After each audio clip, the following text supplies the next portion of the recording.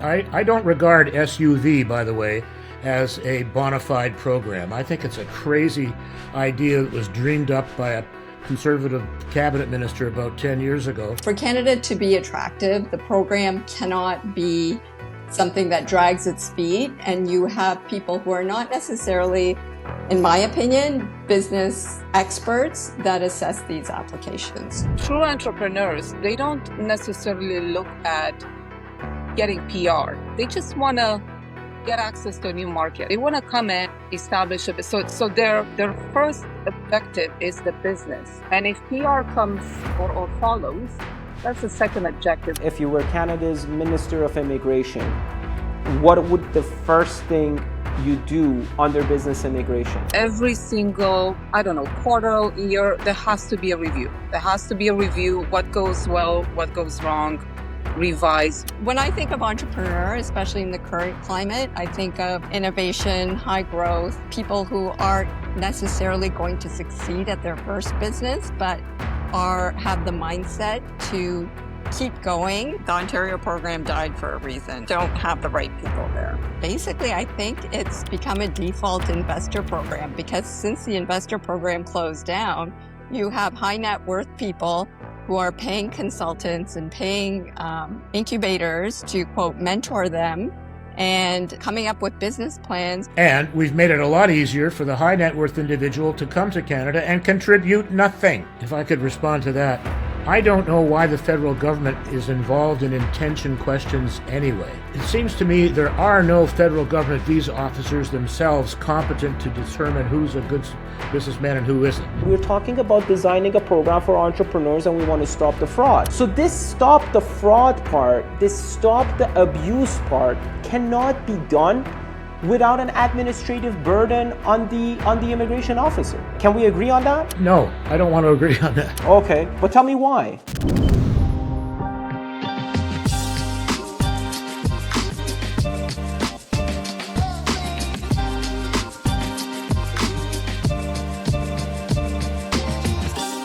Canada is in deep economic crisis. We're in deep trouble. Money can fix it. Money well spent can fix it for good. People have money, and immigration is the best pipeline of people who have the money and who are willing to work to make more money. So they make the money, they spend the money, our economy grows. It's simple math. Is it moral to reduce people to economic unit of output? Absolutely. It's immoral to do that. Is it wrong? 100%. Is it new? Definitely not. We have been doing this government to government from day one. We have been prioritizing our immigration system towards the economy. We were reducing people to economic output, and that's how we've been doing immigration. In 2025, we only select 40% of the immigrants that we take out of kindness, love, and understanding. The rest of the 60%, they remain units that we select them and we measure them and we expect them to enter the economy and perform like they don't have a soul. That's just a reality. That's how things are. And here's Catalyst Canada proposition. If we're not abolishing economic immigration in Canada, at least let's get it right. Let's prioritize what can give us a better economy. A better economy is not GDP, it's GDP per capita. It's the standard of life. It's innovation, it's entrepreneurship, it's capital, it's high skills. These are the very things that entrepreneurs, investors, self-employed individuals, and distinguished professionals can bring to the country. So in Catalyst Canada, our proposition is if you want to reform economic immigration, you got to start with business immigration. So far, so good. Is that a question? Of course, you can challenge everything that I just said. If you agree with this assumption, we're in economic need. Immigration is the solution. Business immigration within the overall immigration landscape is the perfect multiplier solution. So this is basically the assumption that I'm putting forward to you. If you don't want to if you want to challenge it, any of you, please let's talk about it because this is very important. And if not, we can move ahead. I want to challenge it. Who's okay, first? Perfect. Oh, who's first? Okay, so we have H, M, and S. So I think it's actually Carter. You're going to be first, right? Perfect. Okay. First of all, I don't think... Sorry, Carter. Oh, who's first? You want to answer? Okay. If you're not challenging the assumption, let me lay out the question. The question is this. Because this roundtable, we're dedicating to speaking about business immigration it's understood to have three streams. One, for investors, we understand investors to be passive investors. They're not engaging with business. They're not day-to-day actively managing their businesses. They sit aside and they pay the money, so they're investor. This is not this roundtable. We have self-employed individuals who we just expect to bring their own jobs. We're not expecting them to bring more than they just did their own job. But then we have the entrepreneur, right? Entrepreneur is the person that we are hoping that they come to the country to risk not only their capital, but also their labor to create businesses that can create jobs more than just for themselves. So that's the topic of today's roundtable. And the first question, and then I'll pass it to Carter, is do you think that Canada's current entrepreneurial immigration policy is effectively addressing our economic challenges? Why or why not? Okay. I can now talk?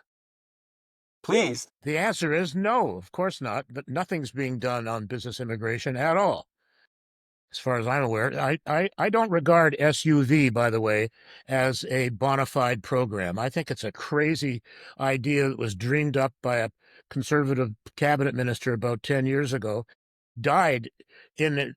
Nobody cared about the program of investors for about SUV, for about 4 years after the conservative government started with a pilot project. It was a 5-year pilot.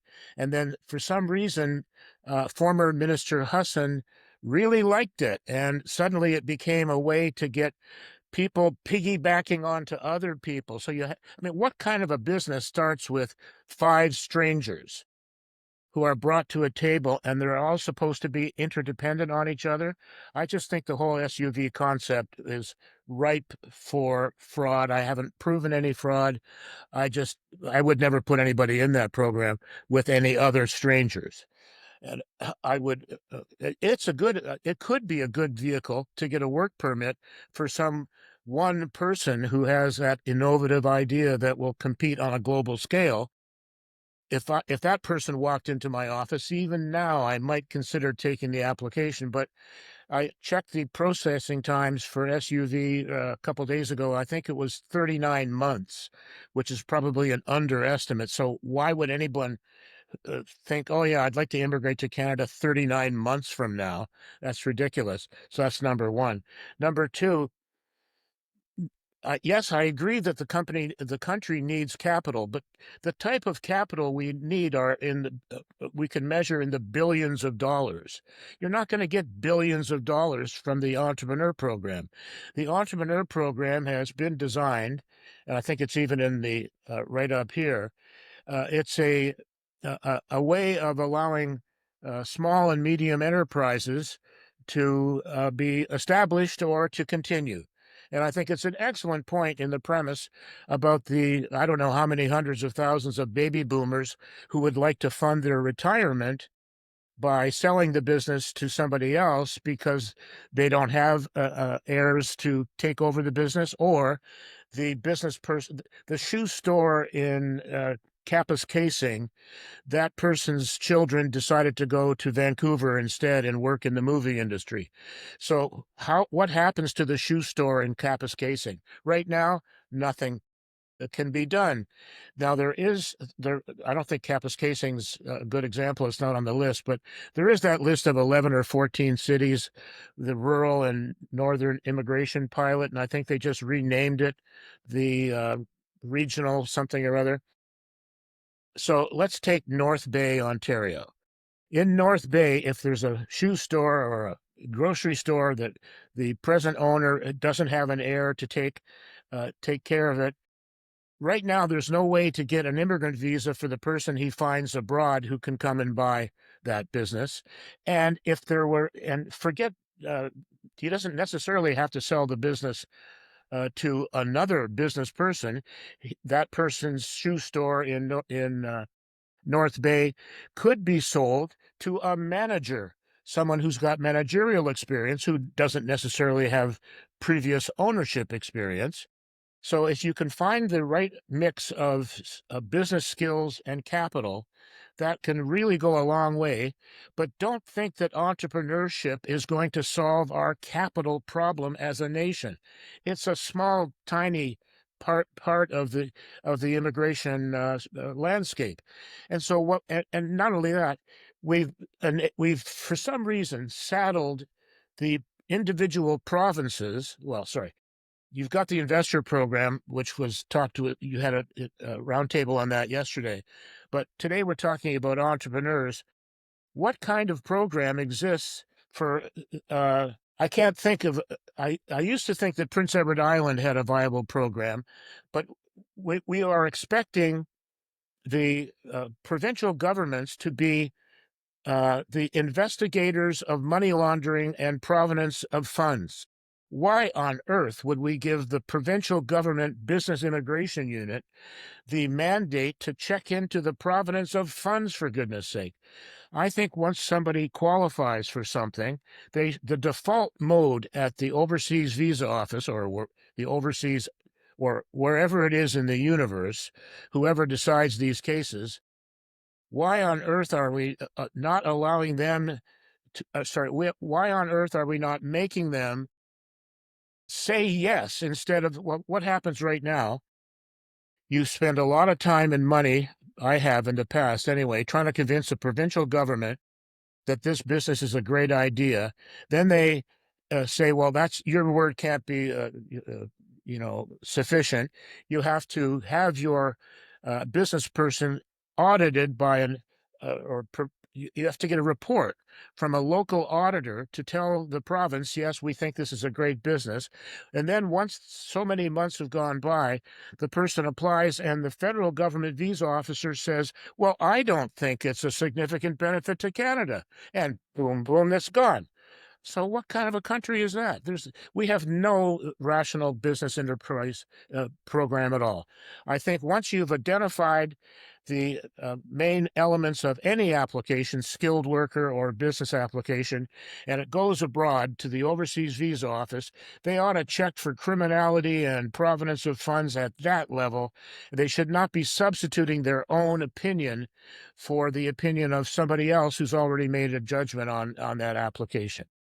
So Carter, if I understand you correctly, you're saying we definitely do need an entrepreneurial immigration policy, but the problem is in the how that we're doing. And then you're raising good points. You're raising administration. Well, you're raising policy design question, the five strangers. You're raising another policy design idea of maybe unicorns are just are myth, and we cannot really have them in real life, and also fraud, the comparison, the competition between the provincial and federal government, source of funds, and we will discuss that. So I'm just gonna give Cosmina some time to share her thoughts with us, and then we go to Immi, and then we open it for a joint conversation. And I think cover some of the things that I wanted to say, but that is fine.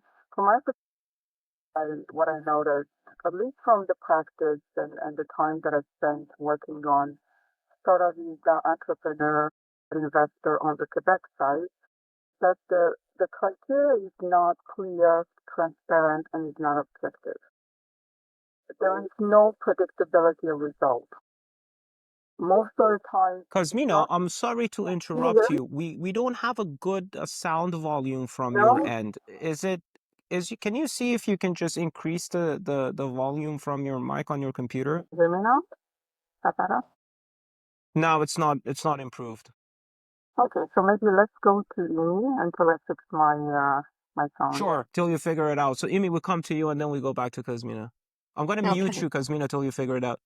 Okay, thank you. Thanks, Carter. You made a lot of good points. I agree that the startup visa, it had some good intentions when it was first introduced. I think you had Canada wanting to take advantage of the situation for H-1B workers. I don't know if anyone recalls, there were big billboards that went out in Silicon Valley where Jason Kenney was aggressively trying to recruit people who were basically not going to work out in the United States and try to bring them over to Canada as IT workers. But, I think the program, what happened is it didn't identify what what an entrepreneur needs to come into Canada and be successful. Some of the characteristics that entrepreneurs want, we want from our entrepreneurs, are that they're nimble, that they can come in. They're typically high risk. And if you're looking at high growth industries, they need to enter the market pretty quickly. And you've created this startup visa program, and as Carter said, like, I don't know, what did you say, 39 months? It's not realistic for a true entrepreneur with the characteristics that you're looking for in an entrepreneur to wait 39 months. They might as well just start their business somewhere else.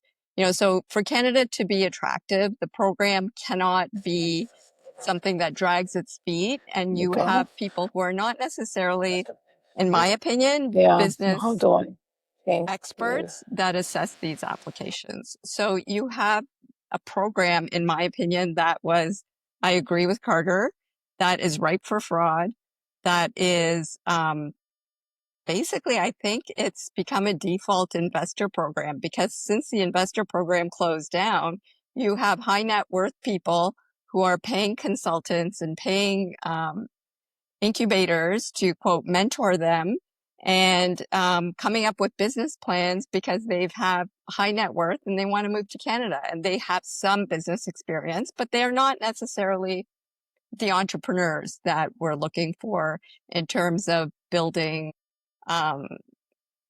like high growth. When I think of entrepreneur, especially in the current climate, I think of innovation, high growth, people who aren't necessarily going to succeed at their first business, but have the mindset to keep going, investing in the economy, investing in sort of that startup, what's it called? The startup industry that really, I don't think Canada has anything for that. And, Carter, you brought up Kappas Casing and the small shoe store there. The C11 work permit can maybe address that, but what happens when that manager or that senior manager wants to become a permanent resident? They may not be super fluent in English. They may not have all the requirements to apply for permanent residence under express entry. There's no movement from a C11 to permanent residence. How do you bridge that gap? So you're going to bring someone in for 2 years in a remote shoe store, maybe, creating jobs, giving local people access to shoes, but they can't transition to permanent residence. So they're not going to come in. They're not going to buy the shop in the first place, and that shop is closing. So I think the program now for me, it's been a cut and paste. It's been, if people are entrepreneurs and have businesses overseas, we've been bringing them over on intercompany transfers. They do establish a Canadian entity, and they do continue to have their foreign entity. And if, we look at what their options are for permanent residence long term, and they do build Canadian jobs, but it's a cut and paste. Like, we shouldn't have to do that. There should be something to be able to bring entrepreneurs over and address sort of that innovation need that I think a lot of the industry is looking for right now. That's my 2 cents. Thank you, Immi. Cosmina, can we try your level? Oh, wait. I think I muted you. No, you're not. You're unmuted. Okay. Can you speak? We can't hear you. Maybe you got to change your input, sound setting, and then change your input to, no, we can't hear you. Okay. So, all right. Some technical problem from Cosmina. Okay. So let's carry on. And what I want to do here is let's go to, because at this section of the roundtable, we're really looking at the current state. And there are very good design questions that we must address. As everything stands right now under the entrepreneurial realm, the only federal program that we have is the startup visa. The federal self-employed, that self-employed individual, that's even on hold, like we're not accepting applications, right? So I take Carter's point and your point, Immi, about the need allow them to buy a business in Canada because we have a succession tsunami. $1.5 trillion is, transferring generations, and we need buyers. We need willing buyers to come. So that's one thing that we need to talk about. That is something that we do not currently have at the federal level. But before that, let's start with what we already have, and that's the startup visa. So when we go into analyzing the way that the startup visa program is designed, we have to look at who it's designed for. Like, for example, under the current SUV scheme, we don't have any capital requirement. I mean, up until the recent changes to the work permit under the program, we never asked any startup visa applicant to show me the money you actually have to start your business, right? For the permanent residency, we still don't have that. So there's no capital requirement. There's no age requirement. There is no, well, other than you have to be older than 18, there is no education requirement. And we allow 5 people. It's not the program design, Carter, is not because we want strangers to be put together. The assumption of the designer is I want to enable founders and co-founders of one program to immigrate together. So we will unpack each of these things. But what is important, the overarching, I think, the startup visa design respects what Immi is saying, that we're not asking for capital and we're not asking for success, because we're allowing you to come, we're allowing you to explore, we're allowing you to fail if you have to fail.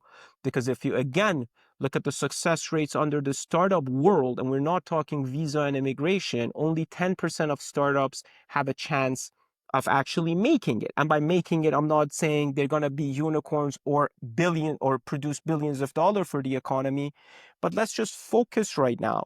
Is the current startup visa program, as far as design is concerned, I understand that the design is being abused.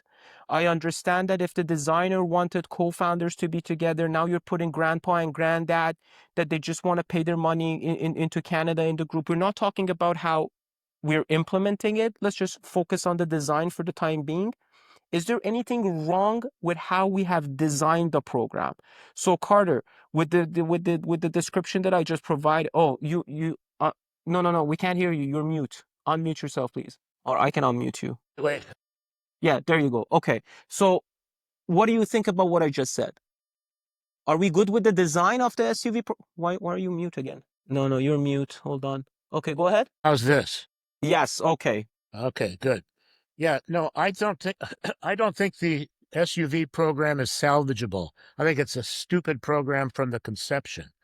Jason Kenney thought that he'd be able to get some people in California who didn't manage to get H-1Bs, that they would, out of desperation, decide to hook up with some of the 60 designated entities, the incubators and the angels and the venture capitalists, and somehow a business that is this wonderful business design of something that could happen on a global scale will take place. I'd like to ask this question of both of you guys. Has there been one example of a world class business created through the SUV program in 10 years? Sure, there is. Yes, Well, there is. They have poster childs. They have, for example, a plyboard. Well, I'm not commenting on the merits of that business, but that's the poster child of the startup visa program, right? And an immigrant entrepreneur created a unicorn, and a unicorn is a private business that is evaluated as $1 billion. So that's something. So let's go back. This is okay. Go ahead. Yeah. I look at the immigration website all the time. I didn't see any examples of success of the SUV program. Well, the immigration website is not a good metric of how I mean, if they're anything, they're very, very poor communicators. That's for sure. Like the IRCC cannot communicate anything, right? But let's go back to the question. Can we take out the Jason Kenney, the politics out of it? Let's look at it without any political biases and look at the design.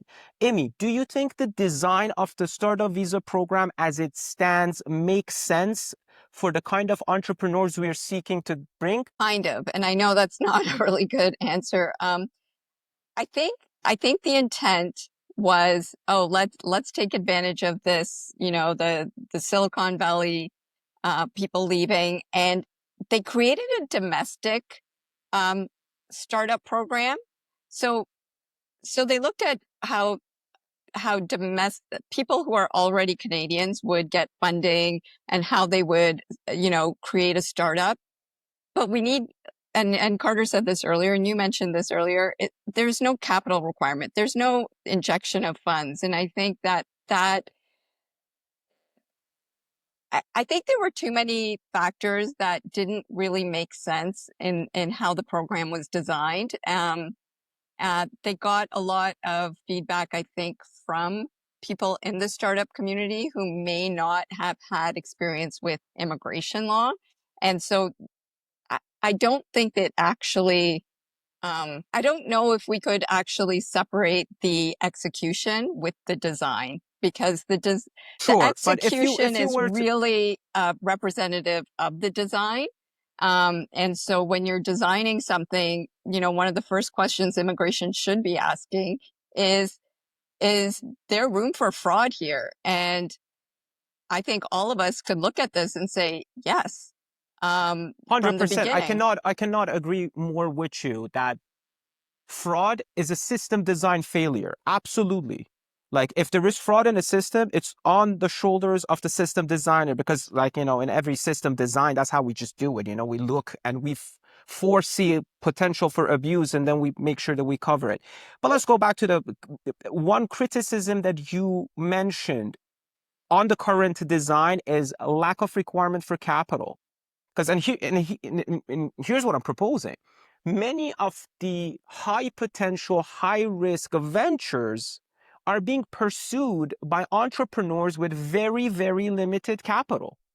I mean, like the kid sitting in Tehran thinking about the next revolution in AI doesn't have the money to fund this program. So this is where I know we're going to talk about this a little bit later, but I think the design you had a catch-all category of startup visa, and I think really an entrepreneur program should be divided into some subcategories, in my opinion. You have the 18 to 35-year-olds who graduated from a top business school or have entrepreneurial experience from a startup or high growth company that have an idea.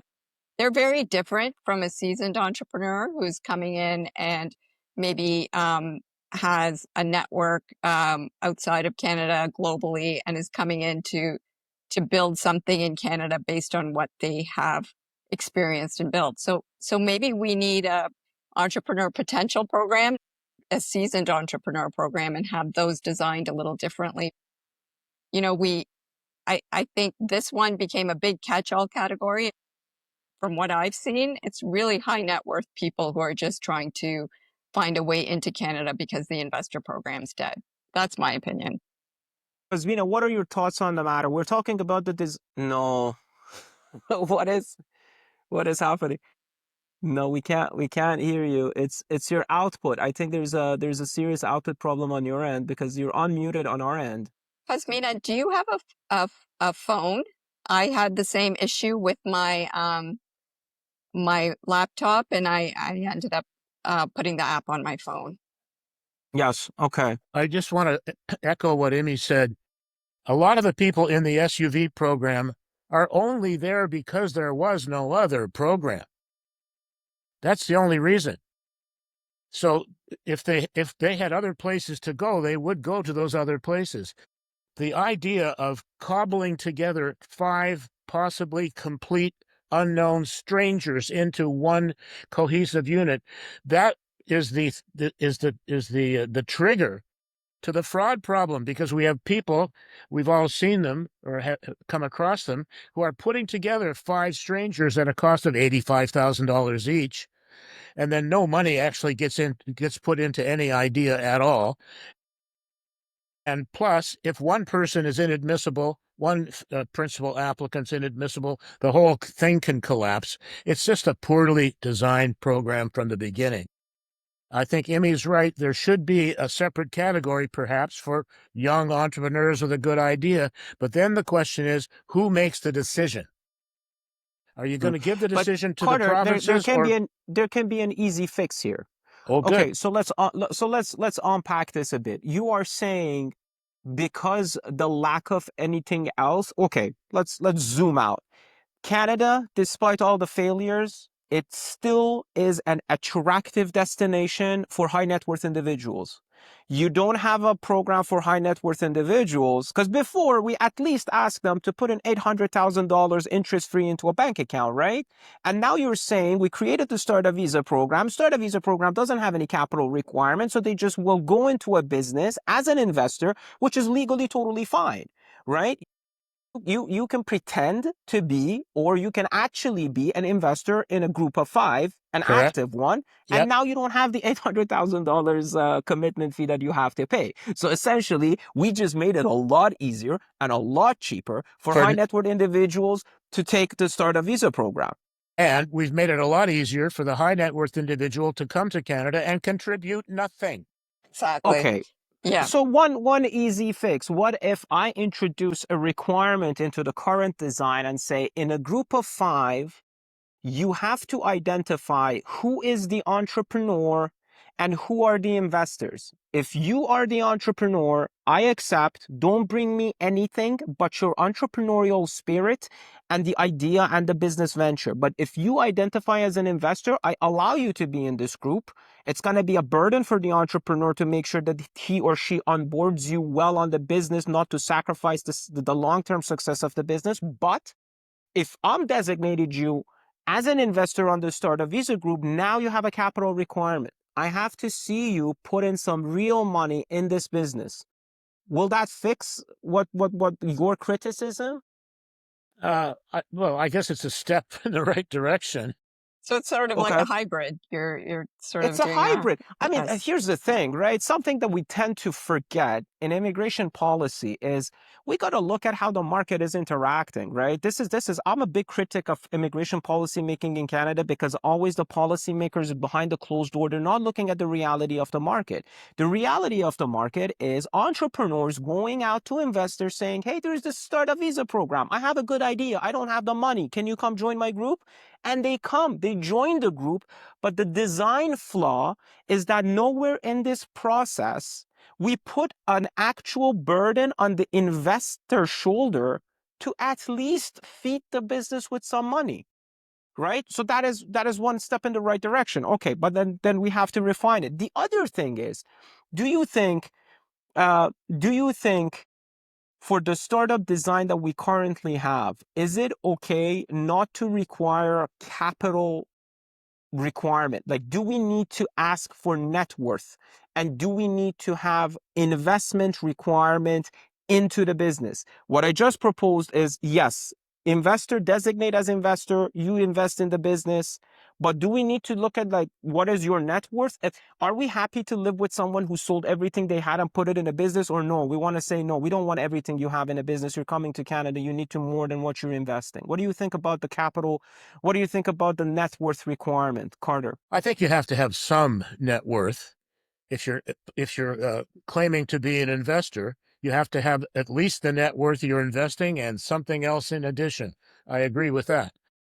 But what I would like to say is, here's what I want to know. I want to know why the federal government thinks it's its job to do anything other than look at the background checks of these investors. Does the federal government have the time and attention to pay? First of all, the current federal government, and I think the previous, all the governments really, they like low-hanging fruit. Business cases are complicated. It takes up a lot of officer oxygen.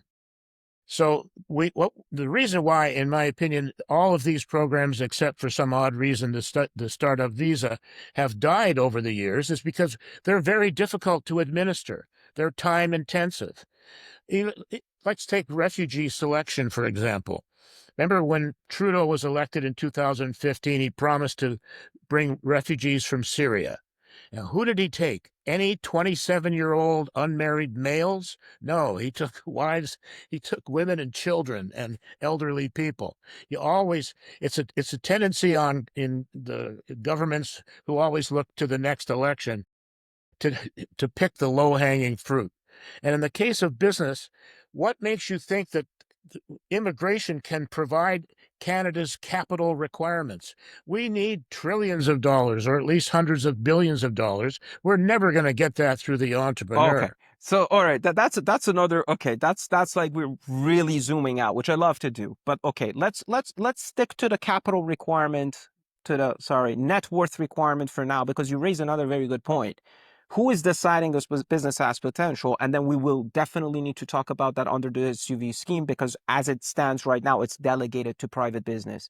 But let's stick with net worth requirement. Cosmina, can we see if we can finally hear Hi, you? Cosmina. Okay, perfect. Thank you. All right.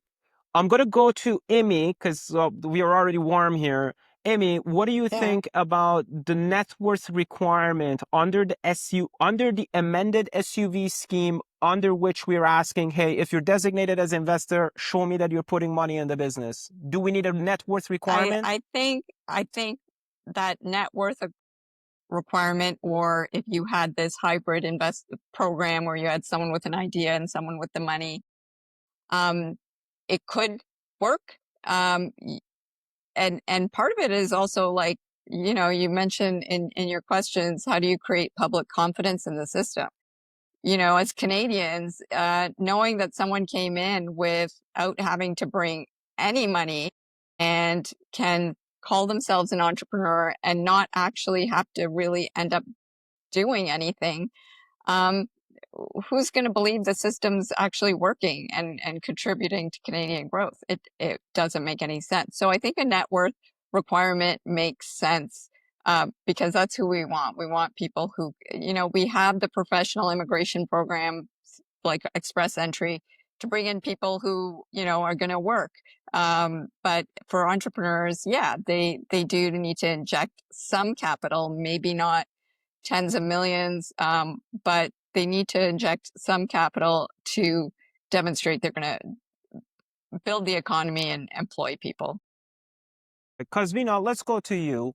So far, we discussed policy design under the SUV scheme. We spoke about, okay, 5 strangers, you don't know each other. We're basically giving high net worth individual a shortcut, a much cheaper shortcut through the startup visa program. And when we're discussing a possible solution, the solution would be, let's have different designations. If you're an entrepreneur, no capital requirement. If you're not an entrepreneur, an investor, you're more than welcome to be the part of 5, but show me some money.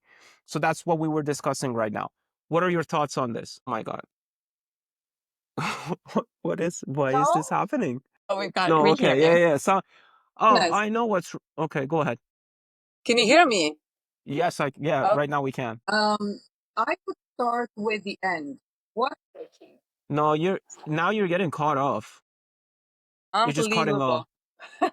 That's good right now. I think if you're holding your phone, maybe there is a misconnect Oh somewhere. my So if goodness. right now we're hearing you well. What a Friday. That's all I can say. So It's okay. I would actually start with the ending. What Okay. success looks like. What do we want to achieve? Okay? What are the areas where we need entrepreneurs? What exactly we aim to do with this program? Just because it works in one country doesn't mean it's going to work in Canada. Just because it works with one industry doesn't mean it's going to work with our industries. So we need to practically go back to the drawing table and see what success looks like. What do we need? Who are the stakeholders involved? Don't have an officer review a business plan, because an officer may not be equipped to review a business plan. Or have a designated entity who may not have anything to do with business. It would be just plugged in there to do what? Like, you need to have the right stakeholders at the right table to be able to create a program. And I think then that's fantastic. Can you answer it yourself? What does okay, success look like to you? what success looks like to me: being able to track the data once a startup is established, being able to track how many employees were hired by that business. What does it mean to have a successful business? What are some of the parameters of that business? Just because somebody obtains Canadian PR doesn't mean that that business is successful. And most of the people are accessing this venue just to obtain PR, let's face it. So what what sort of system So we what are can you put in measuring? place to track not the short-term success I'm talking about, but the long-term success of a business. That's what success looks like for me. A business So that job comes to creation, Canada, success, job creation, job creation was one of the revenue, things. You're saying let's track them, and I agree. We need to know what they're expansion, doing. expansion as well. Like being Expansion or the expansion. revenue? Well, not only revenue, but you have the nature of the business. And I'm not a business professional, but this is what my business mind will think about is when a business is coming to Canada, it will grow to some extent, and at one point there will be an expansion plan. You as a business, you're not going to stay just in one province. You want to expand and grow, Yeah, if you want to expand, you need right? revenue. Revenue is So, the so money you need for expansion. correct. So So that one way to means okay.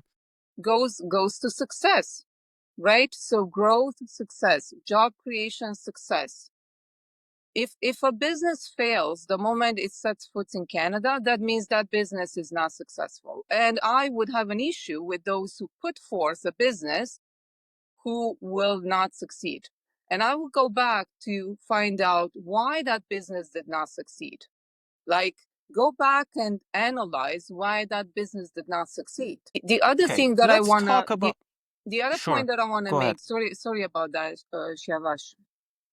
Um, we have now removed that peer review process, and I don't know why it was reviewed. I know there were some credibility issues there, but having officers without business expertise review a business, I don't think that's the right way to do it.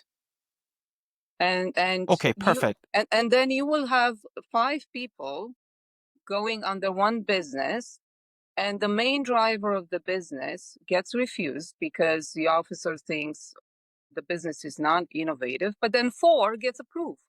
Other officers, they think the business is innovative. So how do you reconcile that? Okay, so here's let's go back, zoom out, design again. This is good. Let's talk about making the decision and the determination of the potential of the business that we're admitting, right? So the current design. I'm just going to go over the current design, how it's set up.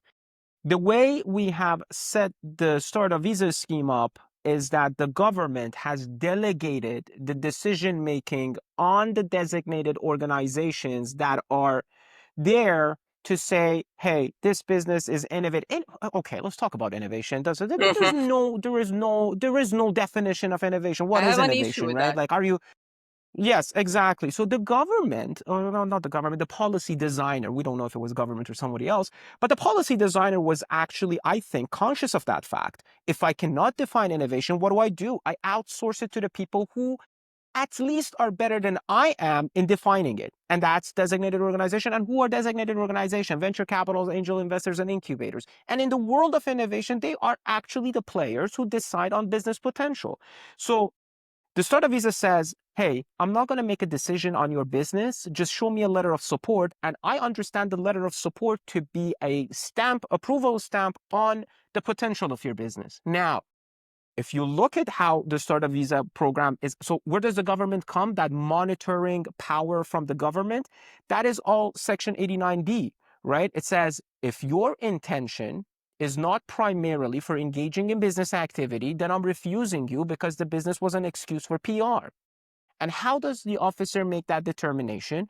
It's based on, okay, show me what you did in the business, right? So the design of the program is not such that the officer has to decide if this business is innovative or not. That part is already delegated.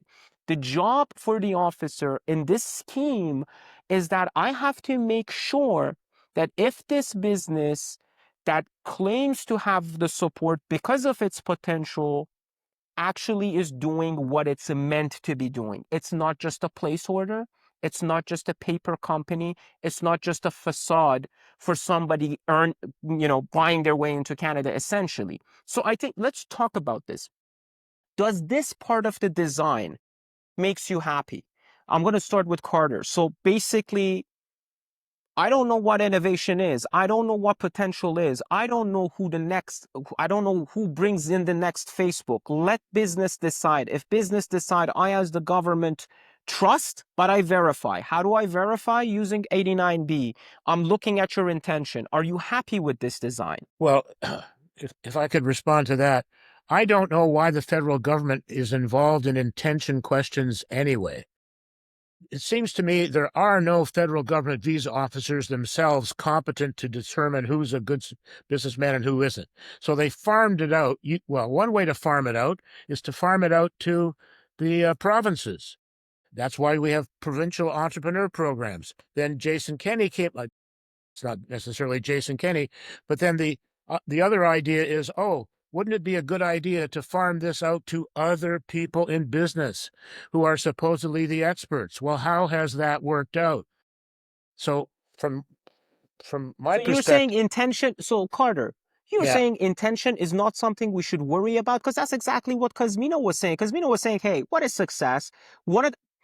One thing that Cosmina defined as what success is, it at least our ability, and correct me if I'm, misinterpreting what you said, Cosmina, but you're saying at least one thing that we know we have to do under success is buy ourselves the ability to measure, to monitor. And one of those things that we want to monitor is your intention. And how do we discern your intention based on your activity? I mean, in the world of law, how do you determine somebody's intention? From their conduct. you But either Carter, you're raising a very important point. You're saying, forget about intention. I'm saying forget about intention at the front end. Do you want to measure the intention and make a reward for the person? Then put them on a work permit. If you have no difficulty with the intention, then instead of jumping in with your non-expertise the federal government visa officer shouldn't have anything to say whatsoever about the success or non-success of a business idea. Once the person comes with the program requirements, the default should be issue the visa. Now, if you want to make sure that they're successful before you reward them with PR, you put them on a work permit. That's a tried and true way to do it. So you give them an opportunity. You're saying, let's give them an opportunity. Let's not be suspicious. Let's, with good faith, we say. So No, what do we ask? no, Let's go. Okay, no. go ahead. Finish your point. I'm saying there's a fork in the road. You have to, as a policy, your program, you make it so great. For example, with the investor, you don't need to put the investor on a work permit because the investor plunks down the capital, whether it's the crazy $800,000 loan or direct into a fund, whatever it is. Once the objective of the program has succeeded, give the guy PR or the woman PR. Okay, but understanding you as saying, let's not worry about intention at the front end, it still is very much in line with the current SUV design. Because SUV doesn't say, prove me your intention day one. It says, show me a letter of support. And then 8 months, well, right now we're at the 40 months mark. But when they introduced it was 7-8 months in the program. Right now they're saying, okay, we're not asking you front end intention. But when I, as the officer, get to your file, 20 months in the game, I really want to see what you did with the business. Yeah. So I'm questioning your intention. You're fine with this. Immi, Cosmina, I'm going to go with Immi. Are you fine with this? We have to reserve the right for the officer to assess intention in the continuum? Yes, I guess and I think it's how you assess intention and what you're trying to do with that determination. Are you trying to say, is this for PR only? Well, for everyone, it is for PR. So you can remove that and just talk about, do you intend to start a business? And, all their paperwork is going to say yes. So I think once you have the work permit makes the most amount of sense. Like having a work permit, having someone demonstrate that they've been able to actually succeed or create jobs or revenue or have client contracts in Canada and be a part of the economy here.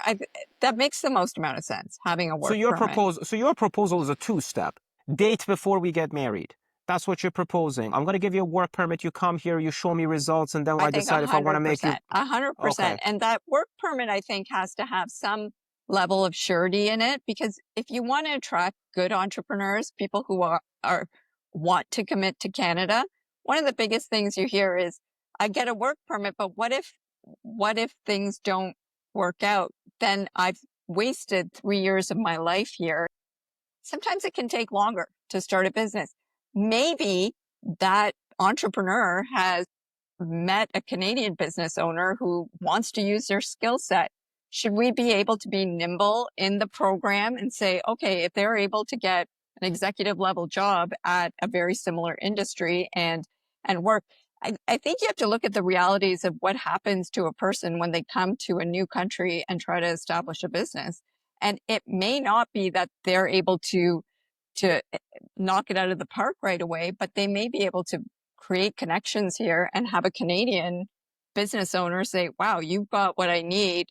We're doing biotech work and you've got great experience from Iran. I want you to work for me. Should they not be able to work for them and still get PR?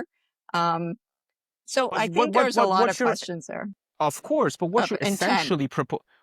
essentially proposing here is we have to change the design of the SUV. It shouldn't be PR first. And I'm going to put this to Cosmina. Do you think that we should redesign SUV so we're not giving out PR from the get-go? Because that's how the design is. So I think so, because true entrepreneurs, they don't necessarily look at getting PR. They just want to get access to a new market. They want to come in, establish it. So their first objective is the business. And if PR comes or follows, that's the second objective. But a true entrepreneur, it's not about getting PR in Canada. It's about how can I access this market and how can I make it work? And that goes back to what Immi was saying. Having that work permit, having the flexibility to start a business and make it work in Canada, that would be a better option. If it works out, then there should be a pathway to transition from a worker status to a permanent resident in Canada. That would be my. Now there are a lot of things on paths.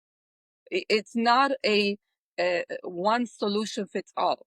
It's not having just the perfect glove that fits everybody. So I think there are a lot of things that we have to unpack, think about it, a lot of stakeholders to be part of the solution and create a program that is successful. And even if you think that program will be successful, I'm pretty sure there will still be things that we have to unpack again and think about it to make it work. 100%. There's nothing perfect in the world of immigration. Absolutely nothing. Far, far from it. Let me propose. So let me put something before you. Here's the thing. Here's the reality of the globe. There are, I think, at least more than 30 countries that are doing Start a Visa program, and Canada is when it started the Start a Visa program. Their competitive edge, their UPS per se, was, hey, we're the only country that we're getting the PR from the get-go. So Canada distinguished itself from the rest of the market because at the end of the day, it's an immigration stream. Let's look at it from a product perspective. So what makes people want this product? Canada thought, hey, the PR game is the best game. So I'm going to give you PR. I'm not going to ask you for your success. Right. So that was the context why I think PR first became a thing in the Start a Visa program. But for the sake of this conversation, let's assume we want to remove that. We want to say, okay, we're not going to give you PR first. We're going to give you a work permit. You come here. What do you have to show me to satisfy me that you're deserving of permanent residency? Carter, what do you think? Like, how are we? Because Cosmina was alluding to this. Revenue is one thing that we can measure. Job creation is one thing that we can measure. Day-to-day, there are a lot of things that we potentially can measure. But if we were to say, prove yourself to me before I give you PR, what is it that we want to measure? What, are you mute? No, you're on mute. Okay, go ahead. Did I unmute myself? No. Okay. I did, because when you were, okay, go ahead. Okay. Yeah, I think job creation is an excellent metric, but I don't think it should be high. I think you should say to the applicant, this is what your goal is. If you hit this achievable goal, and that's for the policymakers to decide. You have to create 5 jobs, 2 jobs, or maybe no jobs, just save the business. Whatever your criteria is, that should be sufficient. Once you've hit that during the work permit period, you get rewarded with PR. That's what I think. Job creation. Okay, Immi, what do you think? Other than job creation, what do you think is good to measure? You know, we could kind of look at the global talent stream. What are they doing, right? Like, what do they expect from their businesses who want to participate? So they want job creation, they want investment in skills and training, they want. But that's a different program because It's the a different GTS is program, allowing. but what I'm Yeah, saying is what a successful business contributes to Canada. So like what, you know, it could be investment in skills and training in the Canadians, right? Like revenue. Do you have Canadian clients? Do you have revenue that's been generated in Canada? But it also goes back to like one of the first things that Carter brought up and you brought up is capital, right? How can you know, you need money to make money often in a short term, right? When you're assessing the success of a business. And so I think if you have that capital investment from the beginning, I think it makes sense to have. Carter and Cosmina, do you remember the old entrepreneur program, or it was a business immigration program where you would have an interview with the officer and they would assess job creation, revenue? It wasn't terrible because there was an intent aspect to that as well. And there was a work permit and there was an end. It wasn't working perfectly, but I think having an in-person interview and not just documents makes sense too, because that also goes to intent. Having expert immigration officers who know business, and There are none. there's zero. That's right. Carter, let's talk about the program that You need Immi is referring to. Go ahead. Finish your point, and then I'll shift us somewhere else. Yeah, I just want to jump in to say immigration officers are not trained business people, but what they are trained to do is to recognize when program objectives have been met. Tick, tick, tick, whether the pen is red or blue. Tick, tick, tick, and then you issue the visa. What we have done with our immigration program is we've given these immigration officers the power to interfere in what's already been set up by somebody else. So that's got to stop. We have to, by the way, you don't have to have just one standard for the whole country. It could be that if you want to start your business in Toronto, maybe that's your choice. Well, in that case, you should have a net worth of $2 million and create 5 jobs and keep the 5 jobs for 2 years. But if you're interested in doing a small business in Rimouski somewhere, or no, Quebec wouldn't like that. So if you're going to do a small business in Kapuskasing, maybe you only have to create 1 job and maintain it for 6 months, or there could be various metrics that you design. My point is you should make it so easy for the federal visa officer to simply tick off.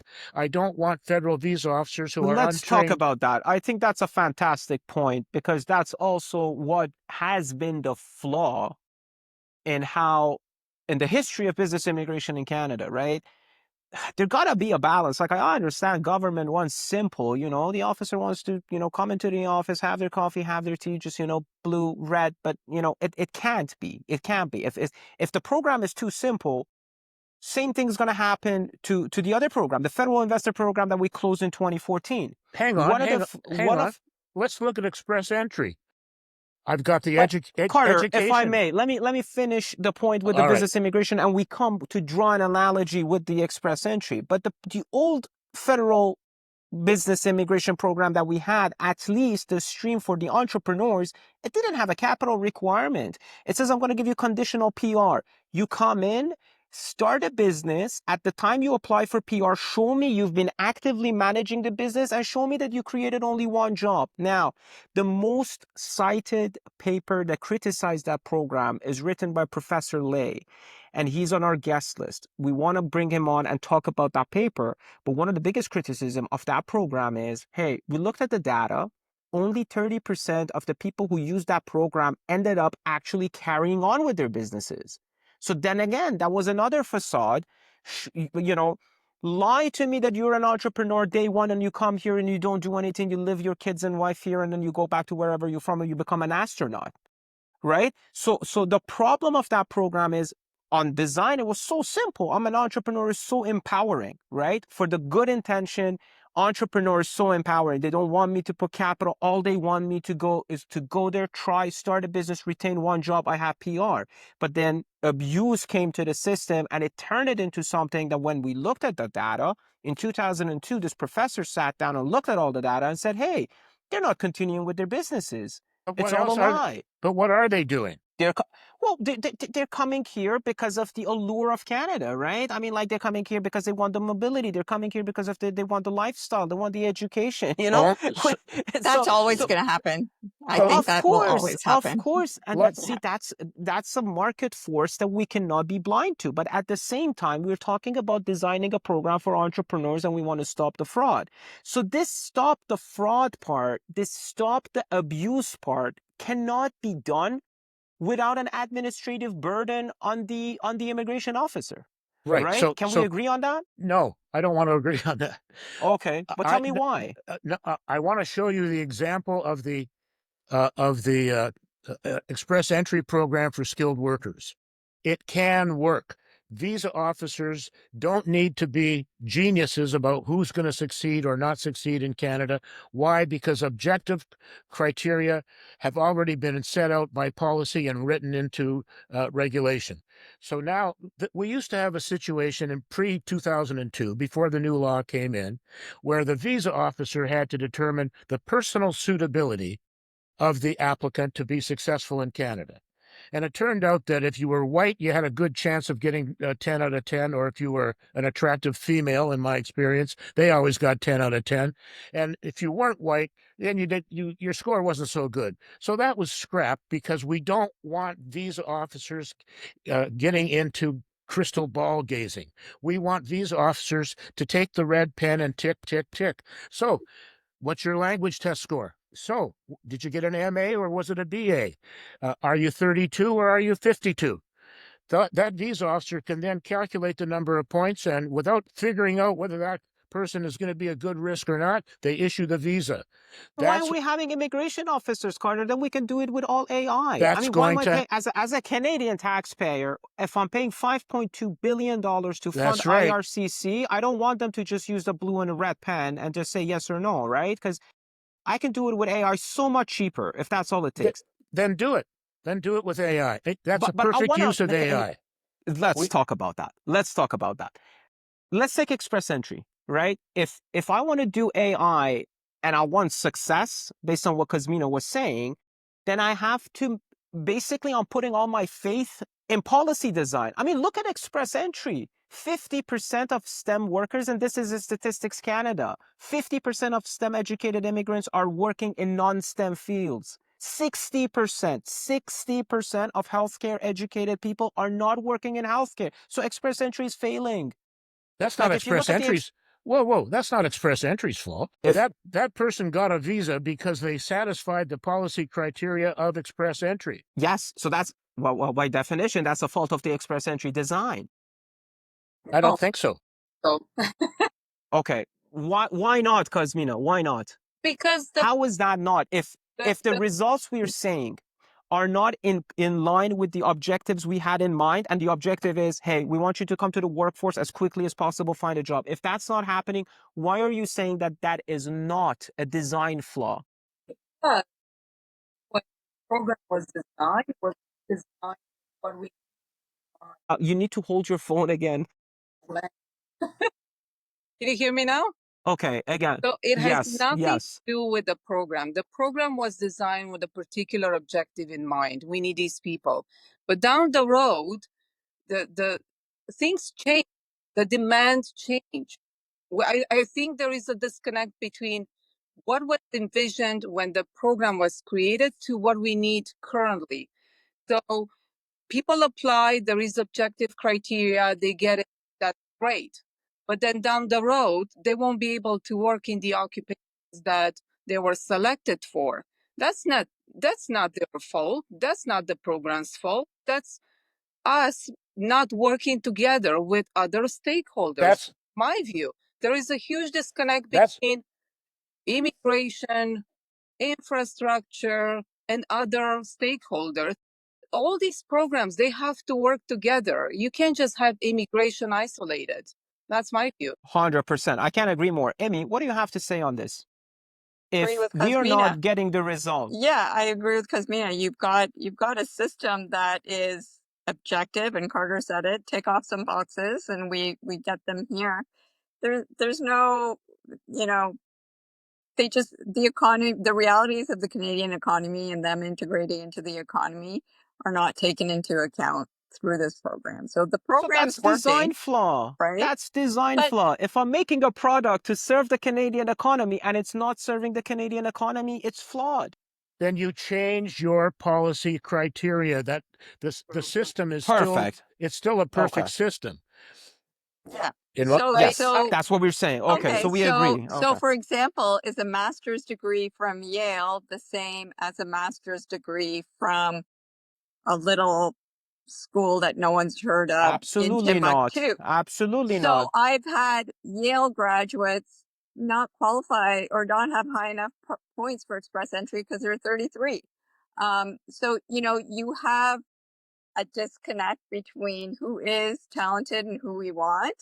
But that's express entry. This is not an express entry conversation, but we can draw analogies from yeah. there. I appreciate that. The lesson we learned from Express Entry is when you're doing a design flaw, it corrupts the system. That's a fabulous point that Immi is raising, right? Look at the Express Entry. A U of T grad gets the same point as a graduate of a diploma mill. Like just compare the two experiences. And we're saying the U of T grad, hey, sorry, you spent $400,000 in international tuition fees for nothing. And that's the kind of express entry that we are expecting to produce us the sharpest and the brightest. So it's design flaw. You call that a design? You call that a design flaw. I call that a progression based on reality. Then you modify your criteria accordingly. For example, right now you get no credit if you start to lose points rapidly at age 30. Well, maybe that should be changed to age 35. Why don't we try to work out what the result of that would be? Right now, you get no points for having children. Well, we have a population crisis in Canada. It will soon be upon us. We haven't had fertility rates above 2.1 since 1972. We're going to run out of people. All of the first world countries are facing this same problem. Maybe what we need to do is reward people who have children. Mm-hmm. Maybe that's a good idea. Maybe it's a bad idea. I agree with that 100%. I agree with that 100% when too. we think of my family, when they immigrated, my parents worked their behinds off to make sure we had food on our table and that we were going to be successful children. So they were the anchor and we were the ones that they worked for. And when you have young people, and I understood the intent behind international students in transitioning to permanent residence, but you had, and this is my opinion, you have a lot of people who came over here without any kind of culture anchor to Canada, except their other friends who were also in the same boat. And so they were lost. And I feel really bad for these international students who came over and they were swimming in a pool that they had no idea from. And when you have parents and children, there is an incentive to succeed. And I think that and when you have children, it makes you stay in Canada. It's like it's like an attachment. It's putting down roots. Yep. Exactly. But we don't care about that. See, here's the thing. That's a policy flaw. Well, I don't know if it's a flaw. It's a difference. Right now, we allow the 23-year-old or the 28-year-old to get a PR, 3 years later, get a Canadian citizenship and go back to Dubai or go to California or Texas. Whereas if they come to Canada with children, they'll be sinking roots into the country. Children will keep, it's the Pied Piper effect. Okay? 100%. Yes. The children will... They don't want to disturb their children, and the children don't want to leave their friends, and that's how you have a flourishing Canadian immigration program, much better than the current one. But I wouldn't say the system is flawed. I'm just saying the criteria have to be adjusted. Let's talk about that. My claim that the system is flawed is rooted in the system is not doing what I want the system to do. What do I want the system to do? Express entry. Let's just stick with express entry. I want express entry to give me economic units of output that in the shortest time possible, they get integrated into the economy and start contributing to the tax base. And Report after report from Statistics Canada. For that, age doesn't matter, work experience doesn't matter, education doesn't. The only thing that matters is their earning potential in Canada. And it's been set for so many years, but the policymaker is not caring about that. So it's not a matter of difference; it's a matter of flaw because it's not getting me what I want. Wait. So how would you change the CRS system to reflect what you just said? That's a very good question that demands another roundtable from a different committee of CELA. But here's the thing. No, that's a fabulous question, Carter, because listen, the 60% economic immigrants that we're taking to the country right now, out of that 60%, 99.6% are skilled workers coming from an express entry-like system in the provinces, only 0.4% of entrepreneurs, right? So that's a big change. If we point out flaws in the express entry system, it provides for a better argument to increase business immigration. Like the only thing that can save this country is people who come here and are entrepreneurs who can build businesses. Let's face the reality. Look at the BDC report. The rate of entrepreneurship in Canada has halved. The ones that are having good businesses are going to the US and the rest of us are just retiring, right? So if you don't have entrepreneurs, we don't have jobs, it's not sustainable. Yet, 6% of everybody that we take for under economic immigration are workers. For which jobs? This is my question, right? So the more we argue and the more we show express entry-like systems are flawed, the better an argument is for, hey, let's expand other areas. Cosmina, do you agree with this? You've been silent for a while. There are a few challenges that we currently have in the country. And I think we have to maybe focus on those challenges. One is infrastructure. And you may say, oh, yeah, it's not related to immigration. Well, what if you have a program in place where you have a select number of projects and you have investors with money who all they do is invest in those projects? You know, it can be a passive, like EB5? It could be a passive investment scheme, but it's transparent and visible that $5 million or $50 million goes to building 5 long-term care homes, like specific projects where everybody has visibility where those money went. So that's number one. Second is we have a lot of businesses that are up for sale, a lot in Canada. How can we find entrepreneurs who can take over those businesses? And we had several cases where businesses were successful and survived because we managed to match foreign entrepreneurs with owners in Canada. So those are two things. And then the third is startup visa program. It has to be a better version for sure. Express entry, the way I look at it, we have a lot of programs and we keep on adding pilots after pilots and after pilots. It's like building a house. Instead of looking at the structure and see, is there a way that we can modify the structure so that every single program that we build on has a better chance of success? Immi, what do you think about the idea for a program for people who buy businesses? Because let's look at that. We're out of the startup realm. Mm-hmm. We're saying, hey, you don't have to bring me a high-tech unicorn. Just bring me your goodwill and money, and hey, buy one of these businesses, right? And I think you're in Ontario. Ontario, in the end of 2023, we got rid of the entrepreneurial program, right? It had been dead for a decade. And we can talk about that. Yeah. But Immi, what do you think? I What agree. would a program? I think the entrepreneur and what Canada needs is multifaceted. And the program should include the different facets of what Canada is looking for.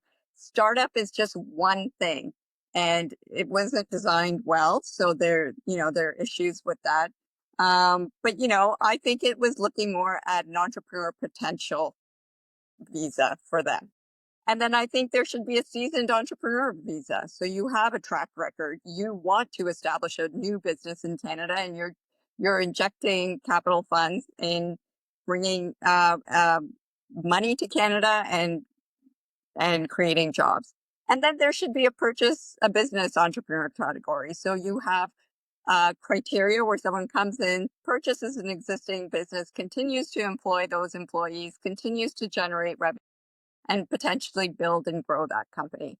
I think, putting entrepreneurs all into one bucket doesn't make sense because as we see just in our economy, Are entrepreneurs you in operate favor? differently.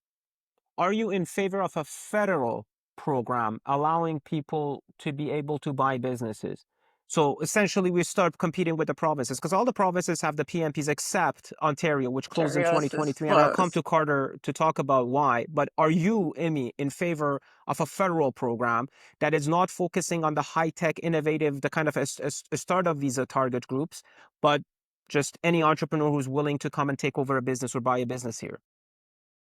Yeah, I mean, if it could be nimble, I think the thing is the provincial programs um, become really onerous, and I don't know how successful they are in other provinces, but I mean, the Ontario program died for a reason. They don't have the right people there. But Do Yes, you know that's why, Carter? What are your thoughts? Why do you think that the Ontario be- program died?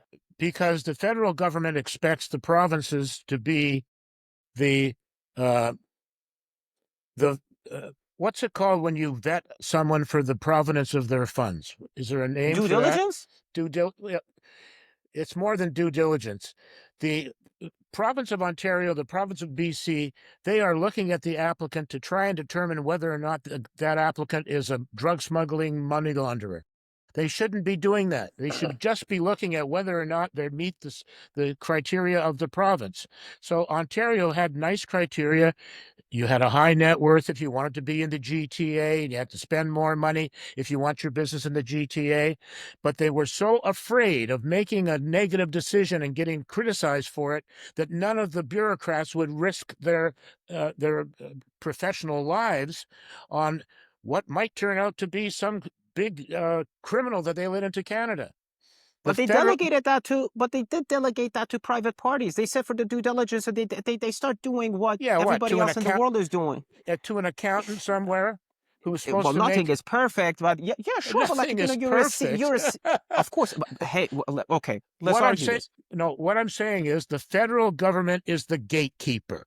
They have to make sure they don't let in sick people who will infect us, and they have to make sure they don't let in criminals and money launderers. It shouldn't be the job of the designated entity, whether that's a province or whether it's the venture capital company. They shouldn't be doing that kind of work. But I'm arguing that they weren't. Under the PM, at least as far as the Ontario, and Emmy, correct me if I'm wrong, under the Ontario scheme, okay, let's divide eligibility, admissibility. Okay, the health part, the criminal, the security has always been for the feds.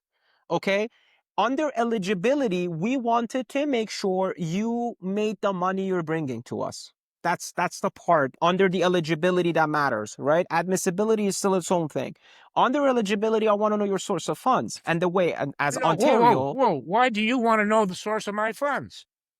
What's that well, got to do? because I want That's for for the cohesion, for a better Canada. I don't want to bring in that's people who that's for the gatekeeper. That's my point. I shouldn't. I want to look at whether or not this business decision to sell this shoe store in Kapuskasing is a good idea. I don't want to go into due diligence on the source of the money of the person who's buying the shoe store in Kapuskasing. you That's just who, ridiculous. you the province, you Yeah, the feds, me the you who. province. Me the province should be looking at the job of the assessor, the Canadian assessor, whether it's a venture capital company or an angel investor or a province, should be to find if that person is suitable on the merits of the investment. Then, as to whether or not they're a criminal or a money launderer, that's not my job. How can I expect some provincial government, three guys who are in the business immigration department, to be due diligence, you know, vetters? Why are Sure. they vetting business people's backgrounds? That's crazy. Did any of For the you sake. file and ever submit an entrepreneur application through the OIMP? Well, the OIMP was a nightmare. I had clients running Cosmina, you away in did? our firm.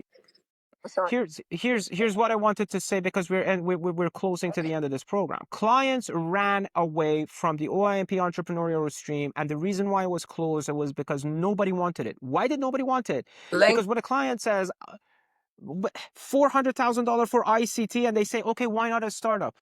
Why not a startup? Startup does not have any of those things. OIMP had 100 pages of a manual that you put before a client, and you say, hey, you have to jump through all these hoops. That's right. So this is just plain stupid. This is province. I used to didn't want use to read that. it. I got my clients in other ways. I used to use that as a prompt. I used to say to the client, "This what you want?" But Carter, this goes to your earlier point. Yeah. If we let provinces design programs detached from what's happening on the federal side, this happens. Ontario needs business people to take over all the businesses we have. Why was that program so unpopular? Because people put it beside the startup visa. They're saying, the startup doesn't want me to do anything but to bring my good intentions. Why are you giving... It was also put down by themselves.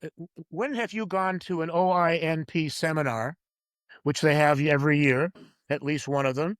When was business immigration ever on the agenda?